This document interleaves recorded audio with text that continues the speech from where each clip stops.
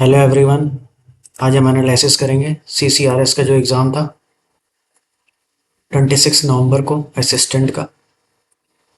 वही हम डिस्कस करेंगे कैसा गया था कैसा नहीं गया था। तो इसमें देखिए, वैसे तो बताया जा रहा था कि ये नोटिफिकेशन में एसएससी सीजीएल पैटर्न का होगा, बट ऐसा कुछ भी नहीं था। वहाँ पे जब पेपर स्टार्टिंग होने से पहले वो इंस्ट्रक्शंस आते हैं, उसमें भी लिखा हुआ था 100 क्वेश्चंस होंगे और 25 25 25 25 जैसे एसएससी में होते हैं वैसे होंगे, मगर ऐसा कुछ नहीं था। अंदर जो इंस्ट्रक्शंस था, जो एग्ज़ाम था, वो 140 क्वेश्चंस थे टोटल।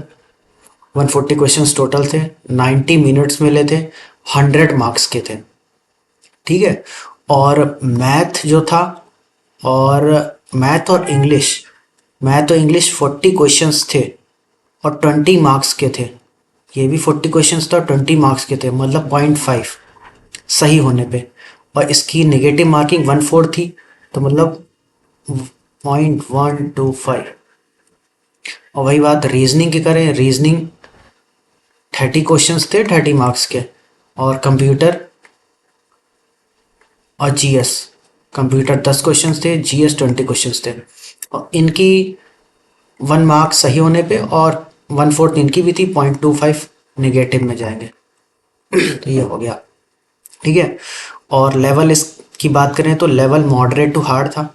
इजी नहीं कह सकते हैं क्योंकि मैंने सीजीएल भी दिया हुआ है, प्री भी दिया हुआ है, मेंस भी दिया हुआ, मगर इसको इजी नहीं कह सकते क्योंकि ये बैंकिंग साइड भी था।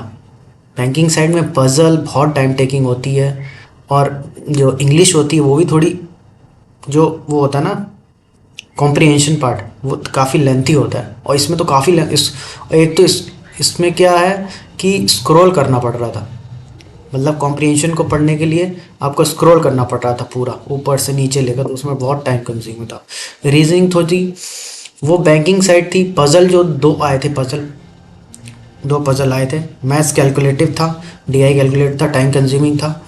इंग्लिश पैसेज लेंथी था। कंप्यूटर तो काफ़ी इजी थी, और जीएस डुएबल था, 1 लाइनर था। तो रीजनिंग की बात करते हैं। रीजनिंग के क्वेश्चंस थे 30 क्वेश्चंस थे, और 1 मार्क का एक क्वेश्चन था, और 0.25 बाई नेगेटिव मार्केट। ठीक है। और रीजनिंग में दो चीज़ें वो टाइम लगा, बाकी तो इजी था। सीजीएल वाले थे क्वेश्चंस, और बैंकिंग वाले ज़्यादा थे। एक तो सिलॉगिस के क्वेश्चंस थे, और दूसरे वो क्वेश्चंस थे ऐसे आते ना, इसका नाम नहीं पता, इनक्वालिटी क्या बोलते हैं, सी और टी क्यू, फिर वो ऑप्शन देके पूछते हैं। ये क्वेश्चंस थे 3 4। और रीजनिंग में एक क्वेश्चंस था जिसमें सब 11 लेटर्स दे रखे थे, और मीनिंगफुल वर्ड बनाना था। वो बन ही नहीं रहा था, काफ़ी कुछ ट्राई किया मगर बना नहीं। फोर्थ इसमें पजल आई थी, दो पजल काफ़ी, मतलब बैंकिंग में जो टफ पजल होती वो आई थी। एक तो था ब्लड रिलेशन वाली, ब्लड रिलेशन की आई थी पजल। ब्लड रिलेशन में प्लस कलर भी था, कलर भी आपको बताना था उसमें। कलर 7 थे शायद, 7 लोग थे शायद, 7 या 8 लोग थे फैमिली में, कलर बताना था। ये थी। और जो सेकंड थी वो 7 फ्लोर वाली थी, और इसमें भी काफ़ी लंबी थी, स्क्रॉल करना पड़ रहा था, तो टाइम कंज्यूमिंग बहुत थी। तो ये 5 क्वेश्चन थे इसके, तो मैंने ये छोड़ दिया। लास्ट में कोशिश की मगर बहुत ज़्यादा टाइम ले रहा, तो मैंने छोड़ दिया। तो ओवरऑल रीजनिंग बैंकिंग साइड ज़्यादा थी। मतलब सीजीएल की तो काफ़ी इजी होती है, मैंने भी दी है, बट बैंकिंग साइड ज़्यादा थी। तो इसलिए बैंकिंग साइड में क्या टाइम कंज्यूमिंग होता है थोड़ा। तो ये था रीजनिंग का। फिर आते हैं इंग्लिश। इंग्लिश में क्या करते हैं, रीजनिंग में वोकैब जो थी वो डुएबल थी। ऐसा नहीं था कोई अनएक्सपेक्टेड वर्ड था जो सुना ना हो, डुएबल थी, वोकैब डुएबल थी, वोकैब डुएबल थी। और हाँ, ऑप्शन एलिमिनेट भी कर सकते थे इसमें, ऑप्शन एलिमिनेट कर सकते थे इसमें। और इसमें पी क्यू आर एस थे, जो बैंकिंग में आते हैं पी क्यू आर एस, उस टाइप के पी क्यू आर एस थे इसमें। थोड़े टफ थे, मतलब डुएबल थे, थोड़ा टाइम लग रहा था। और सबसे इंग्लिश में क्या था, पैसेज, पैसेज में टाइम लग रहा था काफ़ी, क्योंकि बहुत ही, एक तो स्क्रॉल करना पड़ रहा था, स्क्रॉलिंग में बहुत टाइम लग रहा। तो पैसेज में क्वेश्चंस थे 5, हालांकि मैंने वो करा पैसेज, शायद ही कोई क्वेश्चन मैंने छोड़ा हो इंग्लिश में। 2-3 क्वेश्चन हो गए, मतलब इंग्लिश में मैंने क्वेश्चन नहीं छोड़े, शायद सारे किए हैं।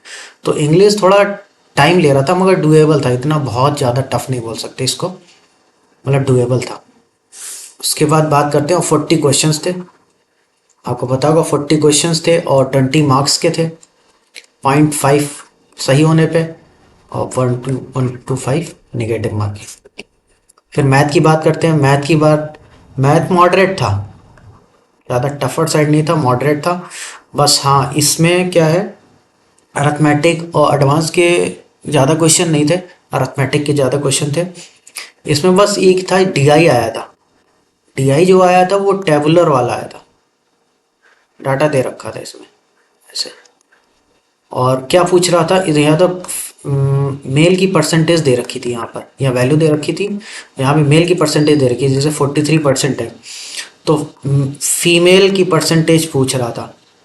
तो और डाटा जो यहाँ पे था वो ऐसे करके था, काफ़ी लंबा था, 946500। और फिर उसका पूछ रहा था 47% निकालने को।